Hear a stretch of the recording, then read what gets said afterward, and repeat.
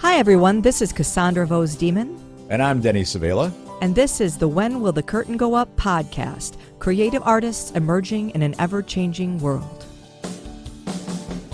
How will live performance artists emerge after the current pandemic? Even after a treatment, will people feel safe? We will have honest conversations with members of the artistic community from all over the world as they tackle these questions. Artists will share what they are currently working on and discuss challenges and successes as they navigate this new reality.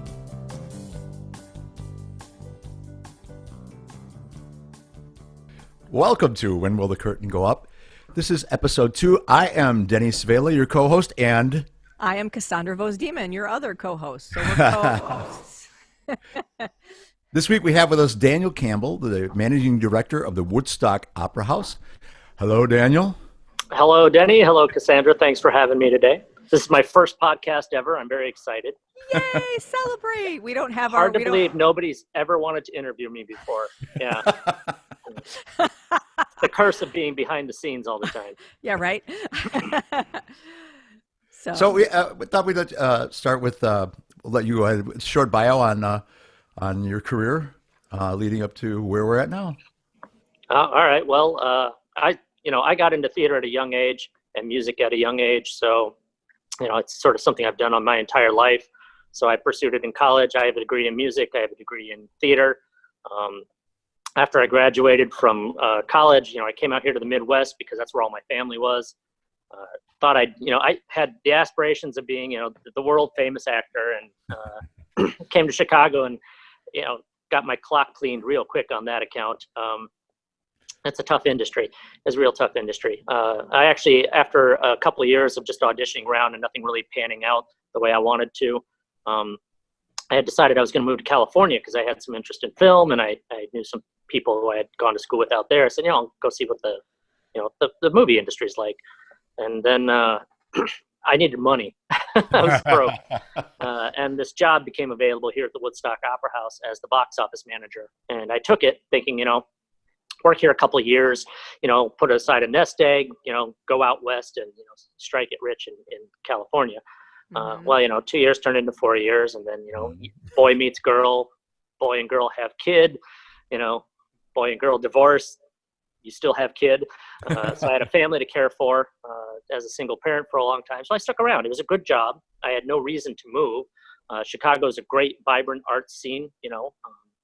I had put down roots here, developed a lot of friendships and relationships. Working at a fabulous theater already. This historic theater has a lot of great history to it. So it was a comfortable job. It worked for my lifestyle. And I started pivoting into the management end of theater. And when I made that decision early on, I decided if I was going to do it, I was going to go, all the way. So I did everything I could, which is one of the advantages of working in a small theater like the Woodstock Opera House, is there's not a lot of employees in this theater. So everybody wears multiple hats.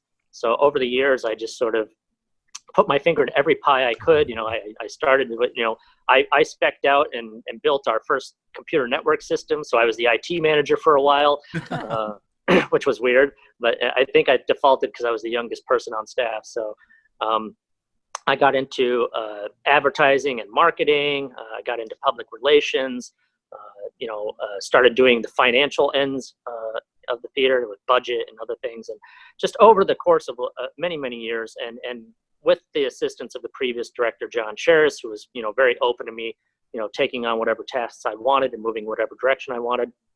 I basically got a master's degree in theater over the course of 15 years.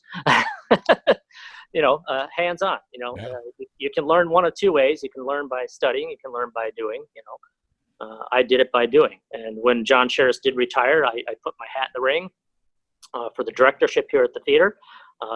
26 candidates applied from across the nation. People from all over the country applied with varying degrees of background. Wow. And I did end up getting the job. It took 6 interviews. I know, right? But I did end up finally getting the position after about 6 months worth of interviewing. And I think, I think it was a great choice on their part. But it was good. The vetting process was good. It showed me where my weak points were. It showed me, where I had an advantage over other people, just knowing the theater and the people involved. So it's allowed me, since I've become director, to sort of moving through different areas that I know I need improvement on and work on, and also having a long history with the theater, just knowing places that we can redevelop the theater and help it move forward. So Right. here I am. I'm in my second full, I've done 2 years now as the director here. I'm going to stick around for a while longer. I mean, I've been at the Opera House almost 20 years now. So Wow. actually longer. I started here in 1998. So Wow. yeah, it's been a long ride, but no, I love the building. I love the facility. I love the towns. And I think for the near future, this is where I am. And I think this is, you often don't realize, but later in life, you find out this is what I was meant to do. Right. This is where life brought me, and I'm not unhappy with that. I think I landed in a really good job at a really nice theater, and I like what I do. Good. That's awesome. Can you talk a little bit on the bio end still too? Like, what does before the pandemic, what did your job look like on a daily basis? Before the pandemic? Oh, Before the what does my job look like on a daily basis? The 60 hours a week and, the nonstop chaos that is, running a small theater where you only have 3 full-time staff, yourself included, and then just a large swath of part-time people. We're very busy here. So, the Opera House is a combination rental and production house. We have resident companies. We're owned and operated by the city of Woodstock. We have a completely wholly independent fundraising board. There's a lot of people I have to liaise with and work and sort of bring together, all moving in their same direction, which is a huge challenge. So that was a great deal of my job. But, I still, again, wearing many hats, I still heavily invested in doing the marketing for the theater, the public outreach for the theater, the fundraising for the theater, the bookings for all the theater, plus managing all the staff and budget and finances and everything else. We do get some support from city administration, from the city of Woodstock, which is nice. But it is definitely a full-time job with a capital F. So yeah, it keeps you very busy. And the theater itself, I think, when I got here, we were averaging about 600 activities a year, between 550 and 600. Last year, we topped out at 900. Wow. So I increased the usage of the facility, which, I've made more work for myself. But the idea when they hired me, one of the dictums they gave me was that they wanted to see the facility used to its maximum advantage. So I've been trying to work on that. I've been running my tail off, getting it done. But progress is slow, but we're making headway. And I've got a whole 5-year plan and everything going on. So there's plenty to keep me busy here. So what happened? When was the Opera House actually? I believe I remember the phone call because I got the phone call from you when everything got shut down initially in the middle of March. So so what's been happening with the theater since then? Since March. Well, yeah, since March. Well, we did close mid-March. We were in the middle of our run of Matilda the Musical with Theater 121, which is our local resident theater company. We had to make a quick decision about whether we'd complete the second week of performances, and I felt we sort of owed the cast that opportunity, and it was just sort of in that in-between time period where people are like, do we close, don't we close? So we finished 2 of the 3 weeks run of that program and then promptly closed the theater to the public. Now my staff stayed on because we thought, we'll take advantage of being closed, we'll get some work done. There's always remodeling to do, clean up, pick up, you name it. There's always plenty of things to be done on a historic building like this, which lasted about a week. And then Governor Pritzker came out and said, everybody has to go home now and stay at home. I only had about a week and a half. We locked down completely. The city administration shut down all the public facilities except for the essentials like the police department, a few people at Public Works. And we went home. And then I proceeded to spend the next about 8 weeks working from home, doing Zoom meetings like everybody else is doing, trying to keep up with what we could do remotely. And again, once all the part-time went away, it was just myself. My part-time office manager stayed on because she was helping with City Hall. And then I had my box office person and unfortunately my production person who had next to nothing to do. But between myself, our office manager and our box office person, we had to unwind multiple shows that we had to do refunds for and get in contact with patrons for, all from, for me, it was in my basement. I don't know where everybody else was broadcasting from, but yeah. Here we are. That's right. Setting up where I like your basement, Denny. I see the Buzz Lightyear that I saw that. Buzz Very has nice. but Buzz has made an appearance at every show so far. I've heard. I watched your first podcast. So yeah. You see my bobbleheads back there too, right? The Kenny Diamond bobbleheads. So yeah, it mostly just, that first April through most of May, just doing a lot of communication. I had to get in touch with all the producers, who had shows booked. On top of the stuff we do on main stage, we have all sorts of rentals around the building for our stage left cafe, our community room. We have park events that we help administrate. I'd say between, April and July, we probably had 200 plus activities that I had to unwind and Wow. Either reschedule or cancel. And it's a lot of messaging. It's a lot of notifying and a lot of phone calls. And yeah, it kept me busy. I thought I was going to be bored during lockdown, but no, I was not. I was frustrated with some of the tools we had to use to get the job done, but I'm sure everybody else was too. But, it's like anything else. The job shifts. You take reality and you move with it and pick up the pieces and try to plan for something new. I did have the advantage at the end of May as the governor was moving towards the phase 3 plan for Illinois, which allowed some people to return to work in limited capacity. I just, took it upon myself to decide I was one of those people. So I came back to my office. Hey, I figured if I'm the only person in the building, it's hard to pick up Corona from anyone. That's right. So I came back and I let our production manager come back so that he could start doing maintenance stuff around the building. And yeah, so really the last week of May onward, I've been back in my office. We didn't bring back the rest of our full-time staff till about second week of June, which again, there's only 3 full-time staff here. We have our building maintenance assistant came back and I put him to work on projects. And that's pretty much been what we've been doing through June and July, is just finding ways to enhance the theater. We did a lot of painting, a lot of touch-up. Like I said today, before we got on air here, I spent the last hour and a half moving furniture around the building, trying to rearrange things and just make better layouts and more comfortable for our patrons when they return. And then we do plan on doing a reopen coming up here in August in a fairly limited fashion, and we'll sort of progress on as the months go by as we can keep opening up more broadly to the public. Well, since you brought up the August thing, what are you thinking? First of all, how many performances do you figure you canceled for the rest of the year back in March?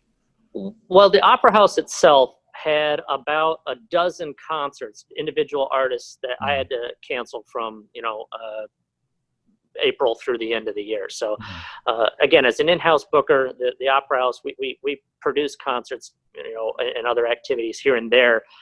But we have resident companies that we start with the calendar with them, then I fill in the gaps, and then we open up the remaining dates to rentals. So by the time I got back in June, most of the rentals we had already unwound for the most part as far as that. So I spent most of June and July canceling the rest of the Opera House booked events.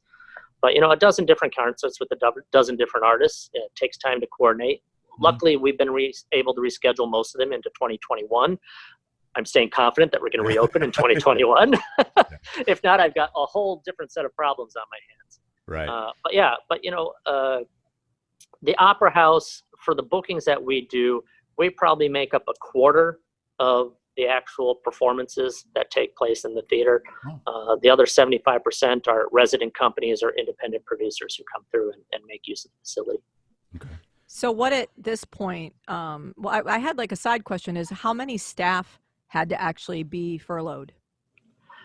So, okay, we have 3 full-time staff here. There's myself as the director. We have a production manager who handles everything from the stage and backstage end.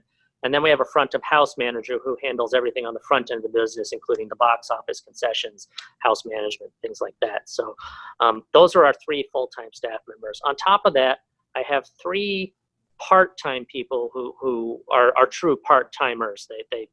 They fill in up to like about 30 hours a week. And that includes, I have a marketing assistant, we have a building maintenance person, and then we have our office manager who we share that employee with City Hall, so that she floats back and forth between here and there. and that's it. So we really have kind of a core group of 6 people. And then the other employees make up anywhere at any given time between 20 and 25 limited part-time employees who, generally work 10 to 20 hours a week, helping with either box office or concessions or front of house duties or crew or lighting and sound, etc. So when we went dark in March, we pretty much we had the advantage. Again, being owned and operated by the city of Woodstock has a lot of advantages to it, and one of those is that the city's budget year ran through the end of April, and through the kindness of the mayor and the city council and the city administration, they decided, since everybody had already been budgeted for the year, they kept all the staff in the city on through the end of April. So that was a very kind gesture on their part. At the time, we also didn't know when we were going to reopen. We were still under the impression, this will blow over by summertime. But come May 1st, we furloughed almost every single part-time person we had. We kept the 3 full-time people here, and we kept our maintenance assistant here, and that was pretty much it. The office manager that we work with City Hall continued to assist remotely here as she could, but she was doing primarily work for City Hall, and then just assisting us with some of the operations for unwinding programs here. So we furloughed 20 plus employees, and as at this time I have my 6 core people back. I just got my marketing assistant back just this week, so we are still just operating right now on 6 people here at the theater, trying to recreate a new program and a new pathway forward. Wow. So what is your biggest obstacle right now? What is my biggest obstacle? Well, other than, the Corona. obvious one. Just not knowing, right? The biggest obstacle right now is trying to reimagine the business. Right. And you have to think really creatively in situations like this. I've spent the last few months going through every trade site and supportive group. The League of Historic American Theaters, we've got a great partnership with them. They help historic theaters across the country. In fact, I just got done with their virtual conference that they did in July. Normally I would have been in Cleveland last week, but instead we held a virtual conference. Americans for the Arts, Arts Midwest, Illinois, Arts Alliance Illinois, the Illinois Arts Council, all these groups, we have to liaise with and sort of take cues from and share information amongst each other. Our big focus right now is and our biggest challenge is how do we get to a place where we can find appropriate usage for the building. The building, unfortunately, as with all theaters across the United States, we are probably the antithesis of what a good business is to open under Corona. We are places where people gather in right. large masses, in very tight confines for long periods of time, breathing the same air, sharing the same camaraderie. Which is what it's made for. That's what entertainment is for, live entertainment. Right. At least it's a place where you can get together and experience something with other people. That doesn't work well at all under these situations. And under the current guidelines for the state, we are allowed to reopen, but I'm only allowed 50 people in my theater, and that's a real challenge. And now, granted, we're only a 400-seat theater. We're not an 800 or 1,200 or 2,000-seat theater like some of the bigger places out there. But even for a 400-seat theater, 50 people is 50 people. It doesn't matter on the space. It becomes a giant math equation of economics right. as to what can I actually produce without completely going bankrupt with only 50 paying audience members.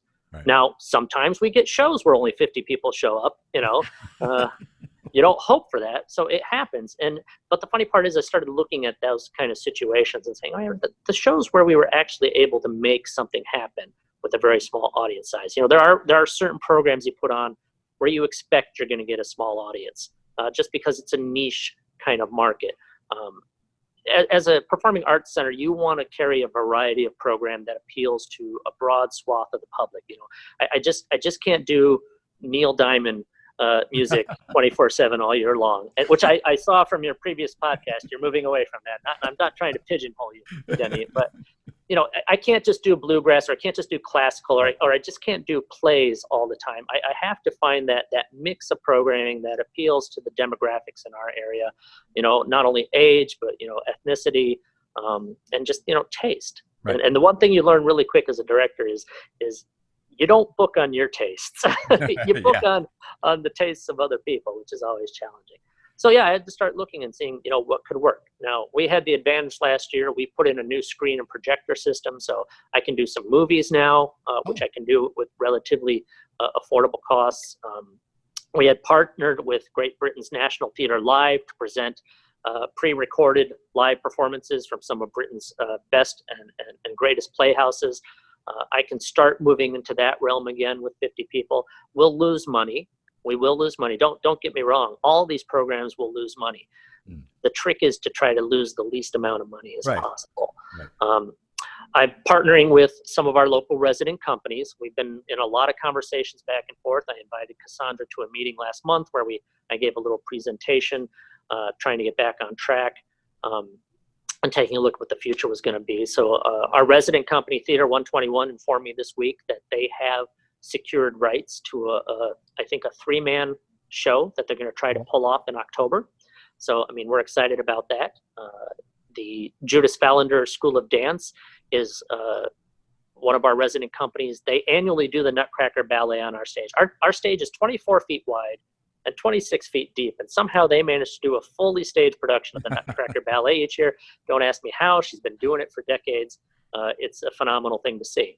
But she's trying to scale back that production and trying to reduce it and maybe do it as vignettes so that when we get to the wintertime, we have more programming. So a lot of things are in flux. We're trying to think of new ideas. I've talked to Cassandra about things. I'm sorry, Cassandra. I was really kind of excited about maybe the community choir having that idea we were putting together in November of having them and other choirs on the stage potentially. It is unfortunate that there's been a lot of ideas that have become casualties as part of this too. We had a lot of things in the pipeline that I thought was really going to take us to another level here, and all those have been sidelined for now. Yeah. So that's our biggest challenge is just reimagining the theater. What can you do under the limited circumstances? Right. And obviously the easiest thing to do is just close down, shut the doors, go dark. And Broadway has done that. But for a small town theater like this, we, like many other, we're not a nonprofit ourselves because we are owned and operated by the city, but we function very much like a nonprofit as a result. And nonprofit theaters, you cannot afford to go dark. You can't afford to go dark for 3 months, let alone 6 months, 8 months, or a year. Those are bankruptcy level conditions. And unfortunately, Americans for the Arts estimates that, through this pandemic, we could lose anywhere from 10 to 15% of the performing arts venues in this country just through bankruptcy, which is just a tragedy. Now, we'll see what happens. And I have seen just this last week some bills being pushed through, both in state and at federal level, where they're finally recognizing that arts organizations exist and performers exist and that we need help. So there is some light at the end of the tunnel. Yeah, I mean, sorry, Denny, but I mean, that's part of the reason, just to interject a little bit, why we decided to do this, because, in the same vein, we felt that we were kind of, swept off to the side, I guess, with all of these packages and, all of the stuff that they're saying, this can open, this can open, this can open. We're just like, okay, there's a whole section of, the entertainment industry that is pretty much out of luck. And so I'll turn the table. So what are you doing right now? We're doing this podcast. Yeah. I already knew the answer. Cassandra and I have talked at length over the last 2 months. We've had many very in-depth and personal conversations. Absolutely. So it was a loaded question. Which we should do another one of those conversations soon. See where we can go from here. But, and those are, we've talked to, my board has talked to you as far as the choir goes, what we're trying to figure out to do with them. And we're Zooming, at this point, that's all we're doing.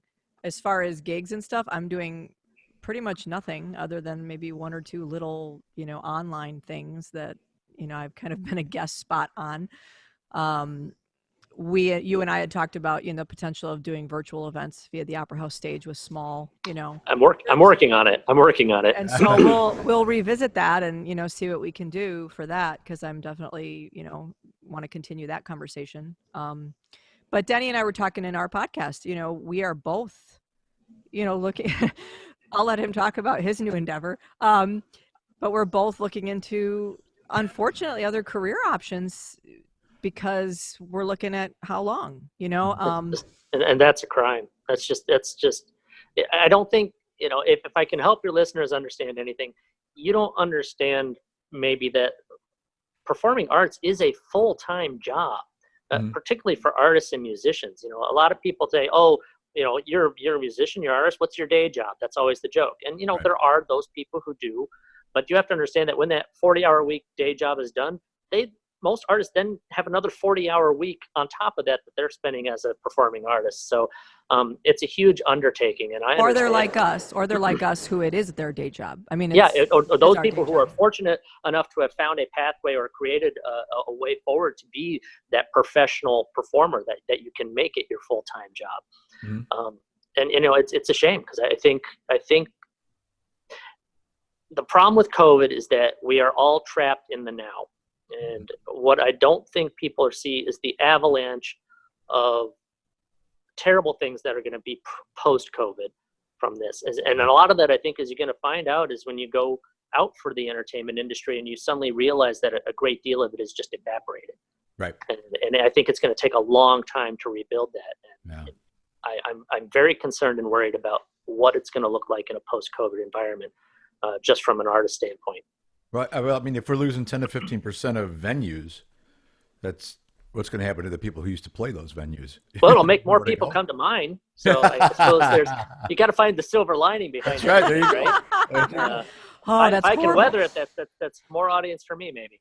I was going to ask what your biggest obstacle was, but you've actually answered a lot of it with the ideas you're coming up with.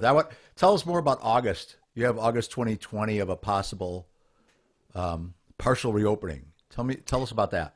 Yeah, right now we're looking at just opening up only while we have actual events scheduled. I'm not going to have normal business hours.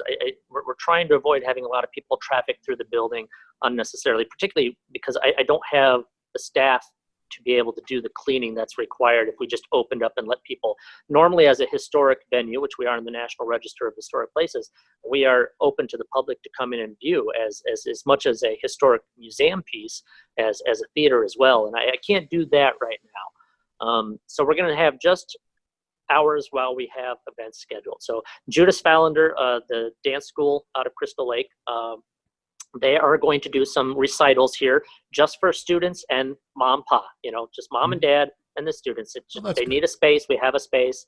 We can get, 50 people in at a time. Mom and dad can come in and see their recital work that they've been working on remotely. She's been doing Zoom classes. How you do dance over Zoom has to be an incredibly difficult undertaking, but she's going to come in. We're going to use the space for that. Our Stage Left Cafe downstairs, which is another performance venue we have here, a smaller space. Cassandra's made great use of that with her programming. We have a couple groups that want to try to get back in that space. So we're looking, that's why I was moving furniture. We've been moving tables out of that space and trying to recreate it for, socially distant purposes. So we have that going on. I have a storyteller production who wants to do an event here on the stage, but wants to do it as a live stream event for storyteller, similar to like the Moth Radio Hour, if you're familiar with that program. We are looking at potentially, like I said, putting some movies in here to sort of fill in here and there. By and large, I don't see us probably doing more than 1 or 2 events a week, which is unusual for us generally in the building activity wise, we usually average somewhere between 55 and 70 activities a month. And now I'm talking about maybe 2 a week, maybe 3 a week if I'm lucky. But I'm opening it up. We're trying to market out for parties. I've got a wedding that's going to take place here, a very small wedding for some local people who want to, have a space to use. The mayor has been holding some diversity forums here, meetings with the public to talk about diversity in the wake of all the protesting that's been going on across the country, and to sort of, articulate and address that diversity question for our own locality. So, we'll find ways to use the facility, certainly not in the way we used to and not at the levels we used to, but that's okay. We are here, that the purpose of this building is to be used as to the best of our ability by the public. We are a service to the public here. So we will find ways. The public is looking for things to do. A lot of people asked, I'm sure you've probably heard this, Cassandra and Denny. Was anyone going to show up? If you do anything, will anyone even show up? Right. Statistics and surveys I've seen from the industry show that people are ready, willing, and wearing to get back out and attend live performances in a safe manner. So as long as we can find safe ways to make our venues available again, I think we'll field of dreams. It will, if we build it, they will come, Are you responsible for taking temperatures and things like that? Are you going to be having to staff people to do that kind of a thing? I just am putting the finishing touches on about a 15, 20-page document this week, where I've been outlining the entire reopening procedure for the theater. So with my staff, we broke down all the areas of production and what it takes to pull an event off. And then we started subdividing and saying, what do we need to do in each of these situations? Mm-hmm. We basically rewrote a guidebook for the operation of the theater on a very brief scale. I have included in that temperature screening. I think in the beginning, we will probably conduct that as part of our process for reopening. I think it still serves a purpose, not only for screening to make sure people aren't coming in with temperatures, although we know that COVID can present in a variety of different ways. At least it is one tool in our arsenal that we have and can use. And I think it will put some of our audience at ease to know that we are taking these steps. It's a very visual way to say, hey, look, we're taking this seriously. Right. Cleaning takes place before and after events. People don't see that. You might smell cleaner in the air, but having those physical checks, posting up notices all over that say, a lot of people don't know what all the symptoms, even after all this, a lot of people don't know what the symptoms are. We will have signage all over, like, these are the symptoms. Are you experiencing these things? We'll change procedures, how people come in and leave the theater and et cetera. So yes, I've documented it. It's going in place. I have to present it to City Hall at some point for their review. But yeah, we'll have our reopening plan in place. And then, of course, I'm sure as soon as I produce it, it'll start changing because things will change. But at least we have a path, to follow and a guide to follow. And like everybody else, I looked at a lot of other theaters and organizations. There's the Art Safety Alliance. They put out a really nice document that helped us navigate some of the things we need to look at for reopening. So there's been all sorts of other theaters that we have politely borrowed from, but it's a collective effort. So and everybody's, working with one another and looking to one another to help find ways forward. So. Well, I think it's a really good thing to share, just all the things that you guys are doing behind the scenes, in order to try to make that happen, because it's an enormous amount of work, and you're basically having to retool your entire way of working and operating within, a space, because, and then trying to make sure that you have the people on hand to be able to staff what you need in order to make that happen. And I think the human resource element is going to be the hardest part to get back to getting everybody back gainfully employed, because if we're not doing events and activities, I don't have work for people to do. Right. And people that are comfortable, coming back, and feeling, good about being out. So, a lot of our volunteers that we make use of are a lot of senior citizens, a lot of retirees help us with ushering and fundraising and other things of that nature. And I can't in good conscience bring them out into a situation where I'm afraid that exposure may well be the death of them. And clearly, obviously, anyone else who comes into the theater has the potential to infect their friends or family as well. So we have to take this very, very seriously. Mm-hmm. Yeah, absolutely. So how can people help, Daniel? Like, what can people do in the community? What can people do to help? I have no idea how I answered this on the you questionnaire. Said, I will actually read it verbatim. We cannot operate in a vacuum. And I am always looking for input and suggestions from our community. And I'm always on the lookout for volunteers and people with a passion for the performing arts. And I suppose that is where people like me and Denny, but other community members come into it, as far as wanting to get programming of some kind going. So maybe you could elaborate. This podcast is a perfect example of that too. You and I had talked about this. I have been wanting to get a podcast associated with our venue for a long time. And since I came on board, and it wasn't panning out. it just wasn't working out. And I got into this year and I thought, this is the year. This is the year. I've got, a lot of the other things I've been trying to work on sort of in place. I've got my structure set. Now I can start expanding into programming areas that I haven't been in before. Podcasting was one of them. And I had reached out to some people, and then you got wind of it that I was looking around. And I think you came up with an excellent program platform for this. The idea that this gives a voice to arts organizations, everything associated with the arts, to get their message and their story out there. So things like this are a great first step to finding a medium in this time that can actually reach the public and serve the purpose of supporting the performing arts. So I think what you're doing is excellent. And I encourage anybody else who has an opportunity to work with you on this or get involved, or if you see this or hear this podcast and decide, hey, my hometown could do something like this, it's a great first step. And I'm a big proponent, since I've come on board, of mixing technology and live performance together. So I think this is really cool, which is why I've been taking a crash course this month on how to live stream events. We had no capability to live stream here, and I am rapidly trying to put something together with very limited resources to get live streaming in here, so we can get Cassandra and Denny back on our stage and send them out to the interwebs and all their glory. The funny part is I listened to your first podcast, and I did it this morning because I was like, I got to do my homework. And you asked the same question, Denny, and Denny gave a really nice response. And I started really thinking about it, and I think if you really want to help the performing arts, there's a couple things that you can do. One, take the coronavirus and this pandemic seriously. For God's sake, just take it seriously, because the sooner we can all work together, whether that's wearing a mask, maintaining social distancing, properly following the CDC guidelines and local and state ordinances, the sooner you can get on board with that and support your fellow community members, the faster this pandemic will end. And the faster this pandemic ends, the sooner we can get back to doing what it is that we normally do.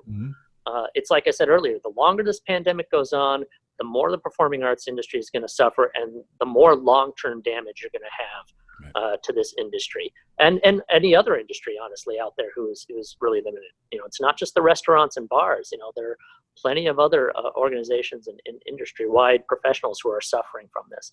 So take it seriously. Get out there, take it seriously.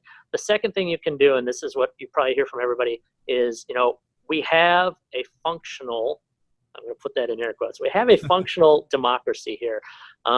We have representatives. You have your local, whether it's from city council up to your local state representatives, up to your national representatives and senators. These people are there. And if you make your voice heard and jump on board and make enough noise, it will influence their decision-making process. And if you're out there rallying for the arts and saying, hey, the arts needs funding, we're losing our artists, they will listen. Wait till next year when you go to turn on Netflix and all your TV shows and find out nothing was made this year. Right. And you're watching nothing but reruns, and you go, oh, it's nothing but reruns on TV. I'm gonna go. Well, let's go see a concert, and you go out and you find out, oh, my venue is closed. They permanently shuttered my local venue. Where am I going to go for concerts now? Or you find out that your favorite artist just said, you know what, I found a new job. I took a new direction. These are some of the fears I have. So get out there and make your voice heard. I think if you take it seriously, you make your voice heard to your representatives, I think that would go a long way to helping us. And then just finally, again, the Woodstock Opera House has the advantage of being owned and operated by the city. It has some disadvantages and some advantages with that. One of the disadvantages, we're not quite as mobile as other theaters are, because we are a more diversified structure here as far as a business model goes. But what the big advantage is that being municipally owned, this building has been here for 130 years as an operating theater.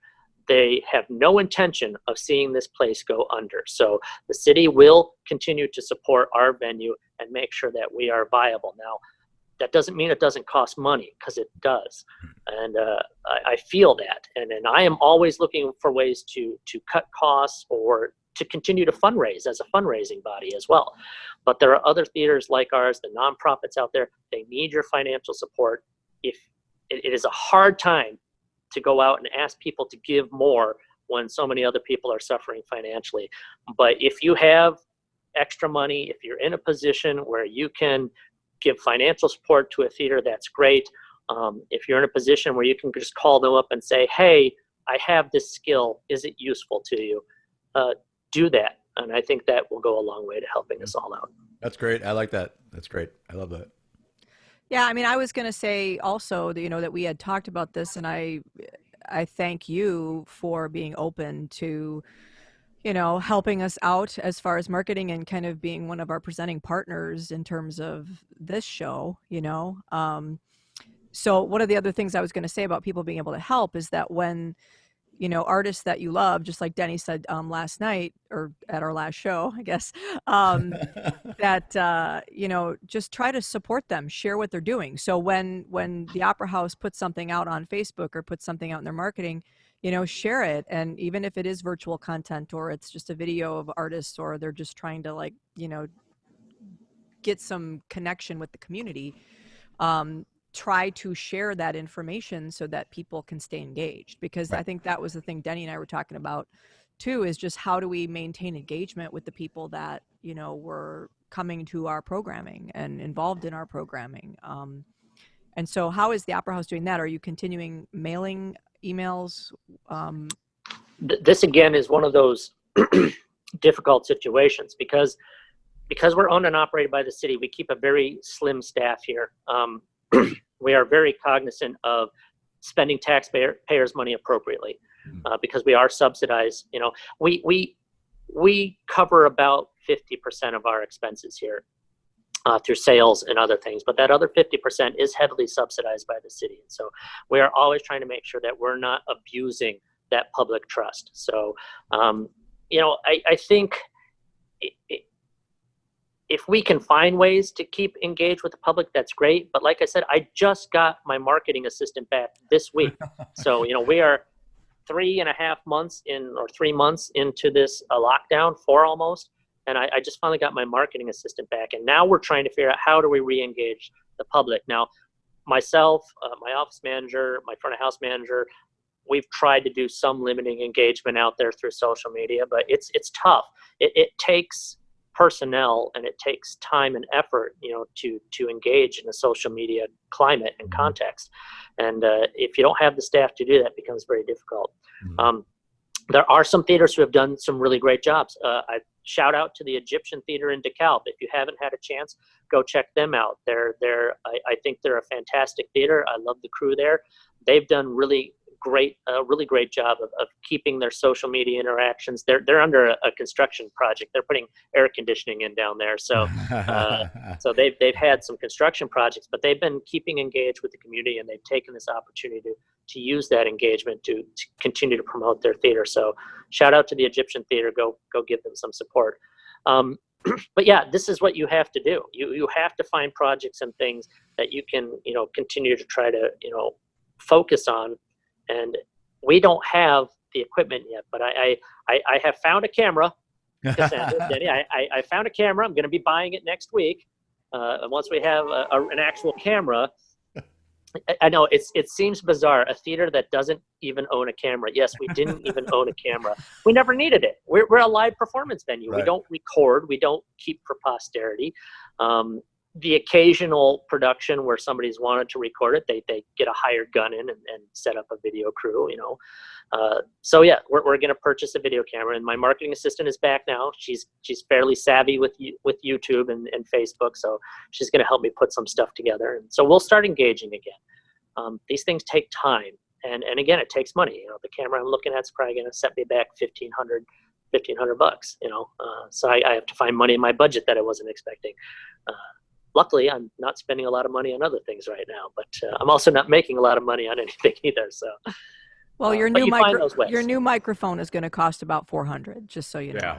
Yeah, I was pricing those out as well. The new camera has a mic holder on it even, so we can, and with XLR inputs. So I'm very excited. We should get an endorsement from Shure, because this SM7B, great microphone. About it, yeah, just keep touting it. Yeah, I know. See if we can get them on board.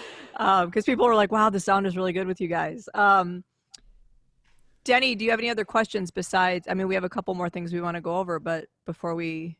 Well, I want to make sure we say it right away. It's woodstockoperahouse.com to see what the Opera House is up to. I'm looking at it right now. Yeah, it's also in need of a little updating as well. So well, yeah, I mean, the project list. Like most other places, though, it's got the word COVID-19 across the front of it. So yeah, I mean, we got to get rid of it. And I really appreciate what you said and the way you said it. People just need to worry about people and forget.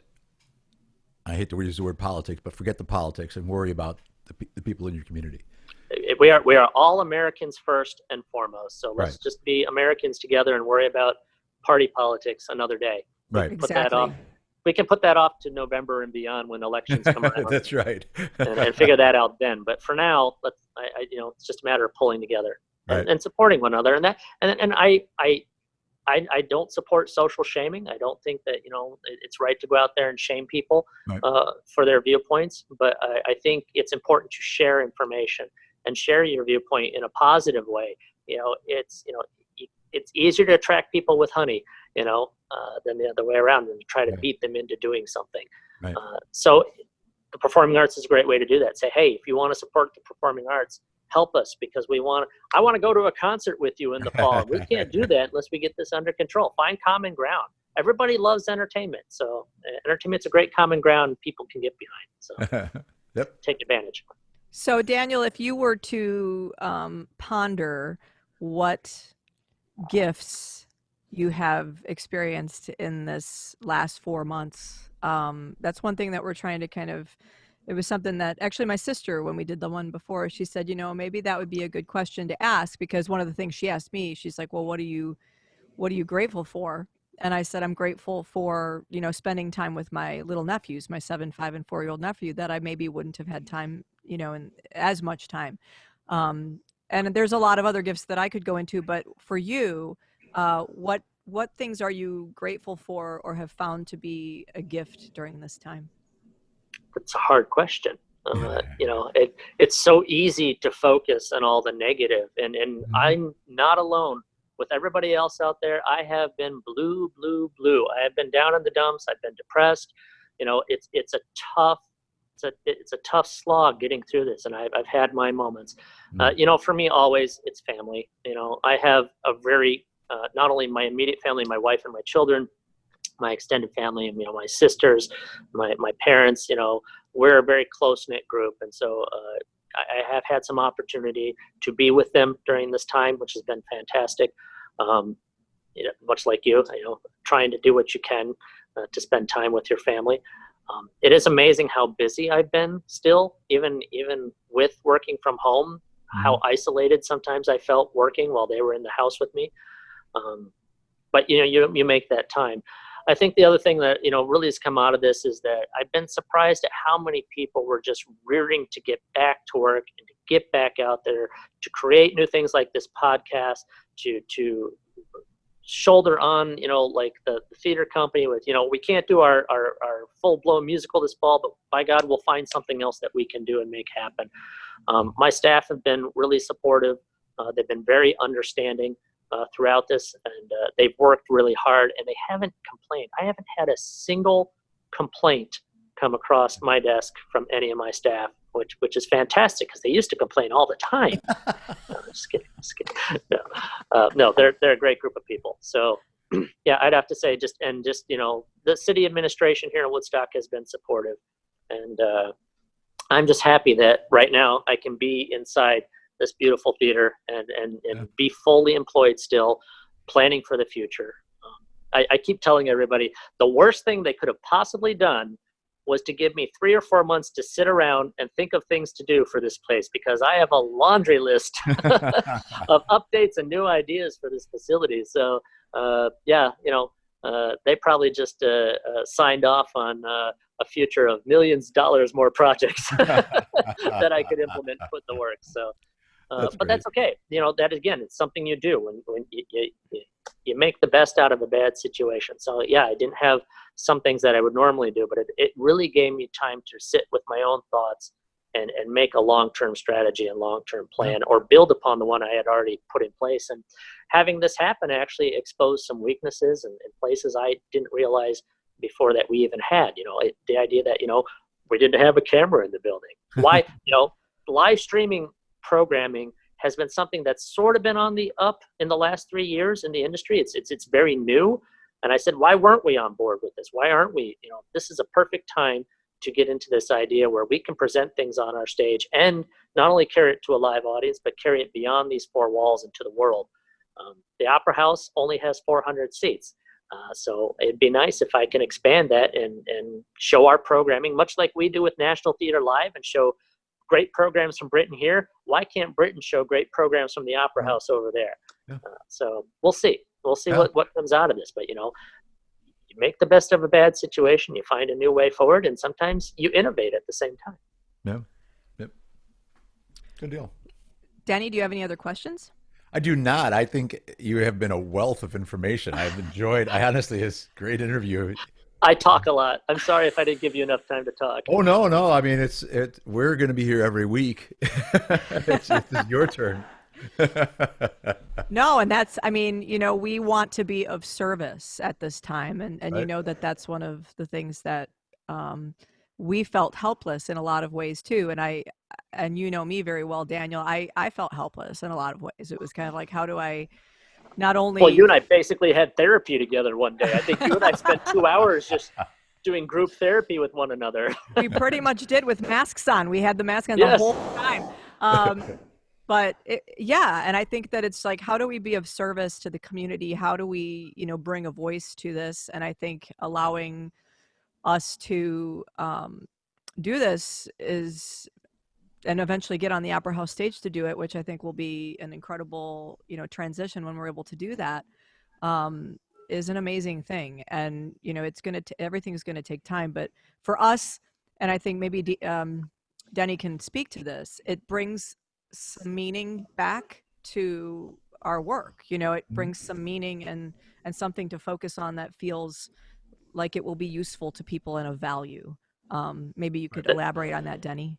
There's nothing worse than feeling adrift. Right. So yeah, I appreciate that very much and understand very, very well that feeling. Yeah. Yeah. So yeah, it's helping us not feel lost. How about that? My childlike responses. Well, I mean, come on. By the way, Well, Denny, you should put your lamps on display behind. I know. You, I heard you have lamps for sale. I do. I have lamps. Just before we went on, I found out that I wired one wrong by melting the plug. So I'm getting better at it. It's a work in progress. It is. It's a work in progress.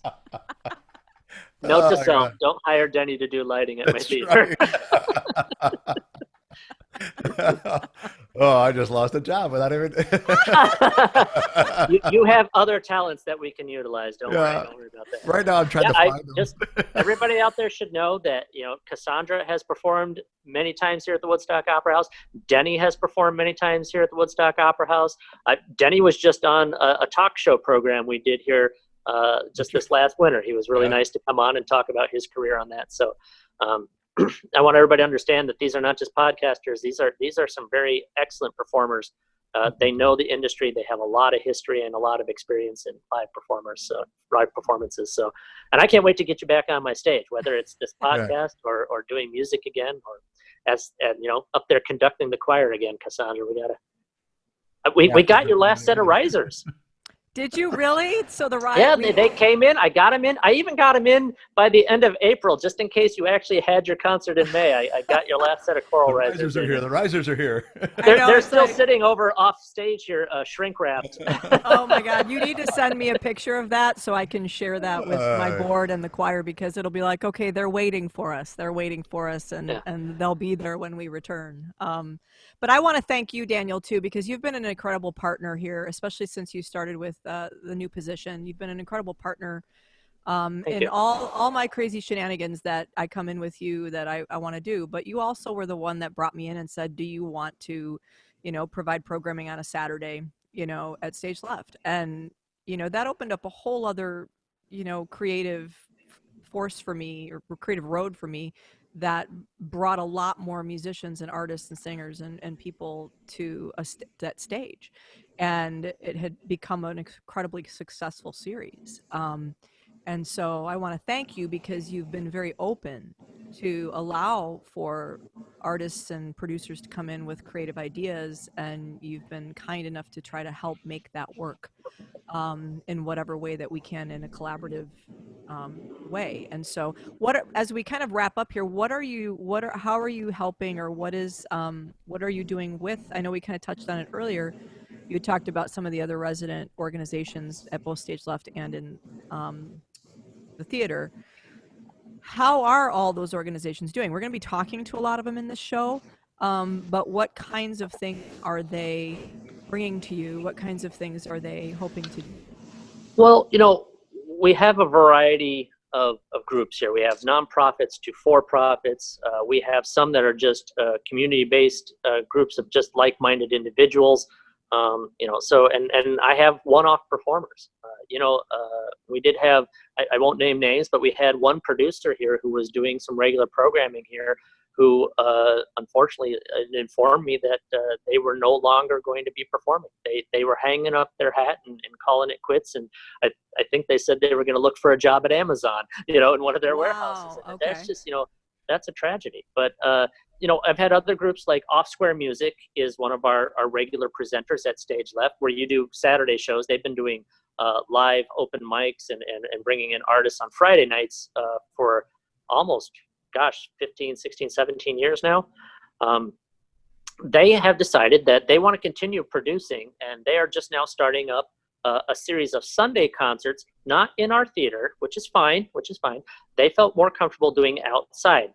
The Opera House, for those people who aren't familiar with it, faces onto a historic downtown square with a big park in the middle. And in the middle of that park is this beautiful bandstand. If you want to see Woodstock, go look up the movie Groundhog Day. I'm sure you're going to have an episode on that coming up at some point, because that's where Groundhog Day was filmed. But yeah, they're going to do a series of Sunday concerts, I think starting either this weekend or next weekend, every Sunday evening. I believe it's Sunday, because I'm on the schedule actually with Ken Johnson. I keep losing track of the calendar. I can't remember what day it is. It's April. Don't worry about it. It's still April. Right, yeah, right. It feels like Groundhog Day sometimes. No, so they're going to be doing concerts as long as the weather holds. They're going to do outdoor concerts, because we discussed it, and they said, we're just not quite comfortable coming indoors yet. We think that since the weather's nice, we can social distance better outside. For the past month of July, we've been doing city band concerts. One of the things the Woodstock Opera House produces each year is a series of live city band concerts. The city band is made up by local musicians from the community, usually 50 or 60 or so musicians, and we do them in the park in the square in that bandstand. This year, we weren't sure we were going to do it. We didn't know if we'd have the capability of doing it. But when we moved into phase 4 and they started allowing more people to gather, we put together a really good plan. And in fact, we had to cancel one concert because we got rained on last week. But this week we had our third concert. Went really well. People are participating. They're social distancing. We're doing drive-in theater style. If you don't want to come and sit in the park, you can drive your car in and watch from your car and listen from your car. It's worked out very well. As I said, Theater 121 is planning to do their October program. They're also, I think they've pivoted. They're going to do the Christmas Carol this year. I don't know if they're going to do it as like a radio drama kind of thing, because that'll be easier to social distance people on the stage.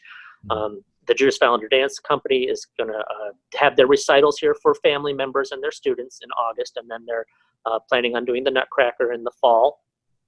The Woodstock Fine Arts Association, which runs a children's program for the local school district as well as a creative living program, they're still sort of in flux. I know they were talking about doing a live stream Zoom creative living guest speaker event sometime in September, but they won't be doing that here, but they are going to be supporting that. And then they are sort of in the works to try to plan something, I think, for winter, spring of 2021 for their guest speaker series. So I'm waiting to hear back from them. And then, we've got a new jazz group that is starting up. We have Jazz on the Square, but we have another group I believe they're called the Standard Jazz Project. which is going to be performing here in August in Stage Left Cafe. They wanted it right as COVID hit. They were supposed to have their first performance, I think, the first Saturday or first Friday in April, and they got canceled right away. So they're a new group that is starting up with us. They're eager to get in and do their jazz. Jazz on the Square is planning on coming back with performances at Stage Left again. And as soon as I can get, our cameras in place, I can't wait to get you, Denny. I can't wait to get you, Cassandra, here. Help, film some stuff to help with, put it on your social media pages. We have always been here. The Woodstock Opera House was built to serve the community of Woodstock and McHenry County. We are the heart and center of the county. The theater for almost 100 years was the only theater around. So we had a long history of serving this county as a public forum, not only to bring in national and international acts, but always we have catered to local community. It's a place for someone who wants to try their hand at putting on a show. Come on in, we'll make it happen. So I look forward to both of you utilizing us again in the near future and also collaborating with you on new projects. So yeah, I think there's a lot of potential and a lot of positive stuff on the horizon, but by and large, I tend to be an optimist, believe it or not. I do. I always. It can't last forever. It can't. Yeah. Well, we'll see. I'm in my mid 40s. I might age out of that optimism eventually, but for now, I'm still relatively optimistic. I don't know. I'm 50. I'm getting there with trying to be more optimistic. I'm 29. This time. This is like the 31st anniversary of your 29th birthday, right, Denny? I'm going on my third one now. I haven't started doing that. When do you start doing that, Denny? At 39. At 39. Oh, okay. I missed the boat on that one. Well, Daniel, we can't thank you enough. This was actually really fantastic. And I hope that it, brings some information to people that maybe they maybe not have known pre-pandemic about how the Opera House runs and just a lot of the inner workings of it, and it's awesome. So Denny, do you have anything last to share? I do not, other than it was full of information, and I really enjoyed listening. I mean, you covered everything so well without us having to do anything. It was I told Cassandra when she asked me about this, I'm like, Cassandra, I talk forever. I can't. Yeah, that's fine. Particularly, you start asking me about this place, I just go on and on and on. No, that's fine. I mean, it's like I said, we're just here. We're here every week. It was for you to talk about what's going on, and you did, and you covered things that we wouldn't have been thought of, and I'm glad you did. It was a great interview, I think. Yeah. Well, I may not be a lot of laughs, but I hope at least people found it interesting, and I hope at least, if nothing else, we helped emphasize that advocacy for the arts, because I think that's really what this podcast is about, and I want to just I want to throw as much of my weight behind that as possible. So thank you so much for letting me be on my first podcast. I can say I've actually been on a real live podcast, and I can't wait till we start. For all you listeners out there, when Cassandra and Denny approached me, I put the idea into their heads that we should do this live from the Woodstock Opera House on a semi-regular basis. So hopefully, if I'm assuming this is going to take off like gangbusters, we can start having live audiences. We can broadcast and film right from here with multiple camera angles. And and then who knows, the world tour after that, maybe. That's right. Yeah. I'm really excited about the possibilities. So I think too, Denny, I just thought maybe with some of our guests that we should do follow-ups in 2 or 3 months and just kind of do check-ins with some of our guests in one of the shows to see where things are. So we'll keep that going. www.woodstockoperahouse.com. Find them also on Facebook. And you can also look for information about Stage Left Cafe and all the different organizations that utilize the Opera House. We will be actually having several of them on this show over the coming weeks. And so we really appreciate your time. Once again, Daniel Campbell, from the Managing Director of the Woodstock Opera House. Thank you, Daniel. Thank you so much. It's absolutely been my pleasure to do this. Thanks. And everyone have a great day. And we are When Will the Curtain Go Up? Artists emerging in an ever-changing world. And I said it right. That's right. We'll see you next Thursday, 7:30. Be there, be square. All right. Thank you for joining us for this episode of When Will the Curtain Go Up? Creative Artists Emerging in an Ever-Changing World. Hosted by Cassandra Vosdemon and Denny Svela. New episodes air on Thursday evenings on YouTube, Facebook, and your favorite podcasting platform, including iTunes and Google Play, as well as Podbean. Have a great week, and we hope you'll join us again.